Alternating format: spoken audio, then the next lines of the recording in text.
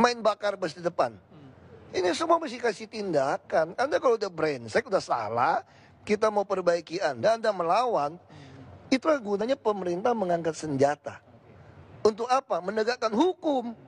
Kalau tidak, negara ini jadi rusak, bukan negara. Kalau Anda mau bernegara, mesti berkonstitusi. Ini jelas aturannya. Tapi kalau sewenang-wenang memukul rakyat, membunuh rakyat, kamu biadab.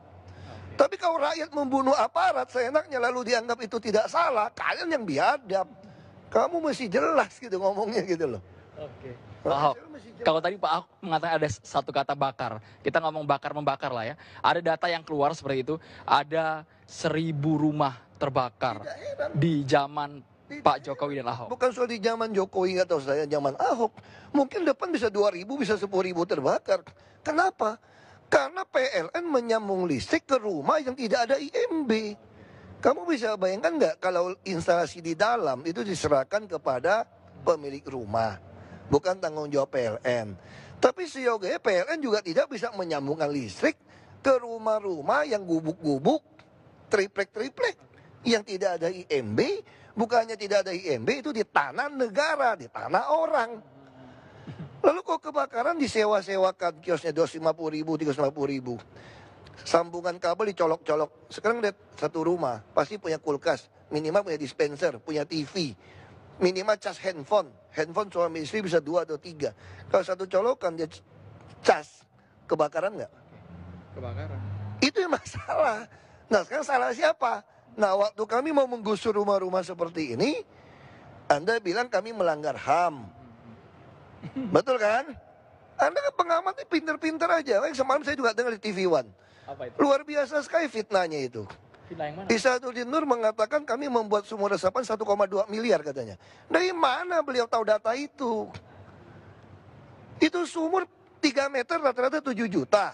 Kalau yang lebih dalam atau sedang itu 2 juta per meter. Jadi kira-kira 50 juta sampai 100 juta. Maksimal 200 juta per sumur yang dalam. Jadi tidak logis angka itu Pak ya? Jadi dari mana? Jadi jangan membangun opini seolah seperti itu. Mana ada zaman seperti sekarang, semua anggaran kami buka. Mana ada pejabat yang saya tantang, periksa harta kamu, biaya hidup kamu, dan pajak yang kamu bayar. Baru kamu jagoan ngomong sama saya. Jadi gak usah banyak ngomong gitu loh. Jangan membangun opini yang merusak. Nah saya mesti ngomong jelas seperti itu. Kalau kebakaran sekarang gimana cara nyetop PLN? Kami kantor di Merdeka Selatan. Sudah disuruhin surat. PLN mengatakan selama orang mengajukan permintaan ya kami kasih. Kalau soal kebakaran bukan wilayah kami. Ya sekarang gimana? Nah kami cuma mengantisipasi. Sekarang mau air. Mau ngambil air kebakaran. Mau cegah kebakaran supaya tidak meluas. Semua jalan inspeksi sungai didudukin. Sungai pun didudukin. Gimana kita mau menggali sungai?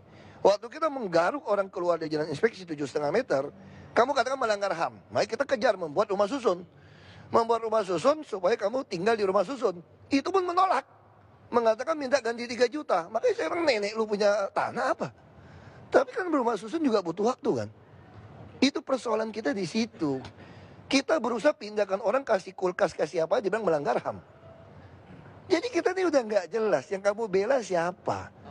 Jadi saya bilang pengamat-pengamat silakan kritik, kami terima. Tapi yang masuk akal gitu loh. Yang ada datanya seperti itu Pak Ahok ya? Ya kan bilang tuduh kami sumur resapan 1,2 miliar. Ya tangkap aja kalau itu korupsi. Kita udah buka anggaran dari mana. Jadi jangan membangun opini yang seolah-olah hebat gitu loh. Kita ada data. Semua anggaran kami bisa Anda lihat di website. Semua anggaran yang ada di pemerintah provinsi bisa dipertanggungjawabkan. Anda bisa buka di website sampai lembar ketiga. Mana ada provinsi lakukan seperti ini? Semua gaji saya publikasikan. Jadi ya itu konyol. Kalau soal kebakaran itu cuma ngomong aja. Kebakaran bisa aja tambah banyak. Kenapa? Karena rumah liar tambah banyak. Waktu kita mau sikat dia bilang melanggar HAM. Makanya cuma hamburger yang kamu langgar. Baik, Ya. Pak Ahok, sebelum Anda melanjutkan aktivitas nih boleh nih, kita agak cooling down sedikit ya Pak ya. Kalau pagi-pagi ngobrol dengan Pak Ahok semangat membara nih. Bukan membara, saya marah. Oke, marah. Kan terus TV One juga saya bilang jujur ya, suka mencari-cari alasan juga. Oke. Saya ngomong jujur aja gitu loh. Baik. Saya nggak suka dipolitisir dan saya juga walaupun orang politik, saya nggak peduli sama nama baik. Saya cuma mau kerja saja.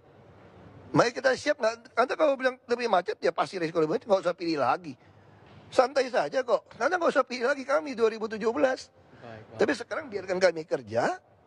Silakan Anda awasi, silakan Anda kasih masukan. Kalau Anda tidak senang, ya jangan pilih lagi 2017.